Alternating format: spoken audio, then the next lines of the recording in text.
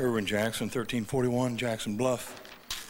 The Florida Trend magazine, May 2012, reported that, quote, Florida led the nation in the number of federally convicted public officials from 1998 to 2007.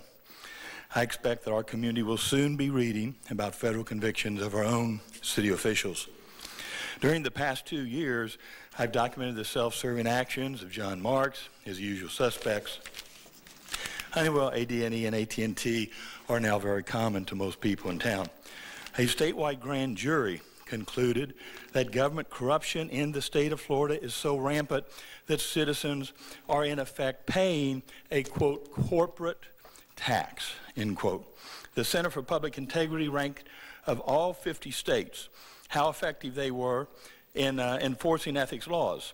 The Florida Commission on Ethics received a grade of F, a number score of 38 out of 100. The Florida Commission on Ethics was designed by the Florida legislature to be a toothless tiger. Legislative procedures require the citizens to practically prove the complaint while they face legal threats by the state if adequate documentation is not presented. Furthermore, numerous exemptions or escape clauses are found throughout the ethics law. Several ethical violations are simply not included.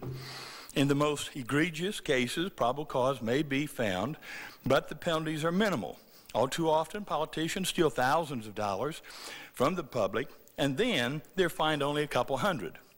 For example, John Marks took $86,000 from AD&E. Will he be fined a couple $100? Big question. I believe he should be forced to return the $86,000 that was taken, pay a significant penalty, and be suspended from office. On June 15, 2012, over a year since I filed the complaint, we'll learn the fate of Mr. Marks. This experience has clearly shown the serious need for a supplemental ethics code of ethics for the city of Tallahassee.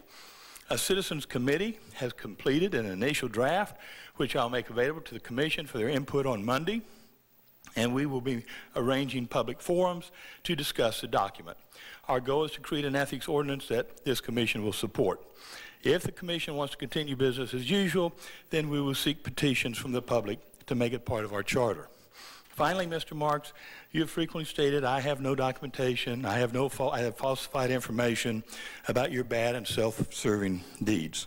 Today, I've brought you a copy, your personal copy, the 500-page election complaint that I filed last week regarding your role in stealing the office of mayor in August of 2010. Just give it to the clerk and he'll pass it down. I'll give it to the clerk. Thank you very much. Well, it's Mike. Your time's expired. Next speaker.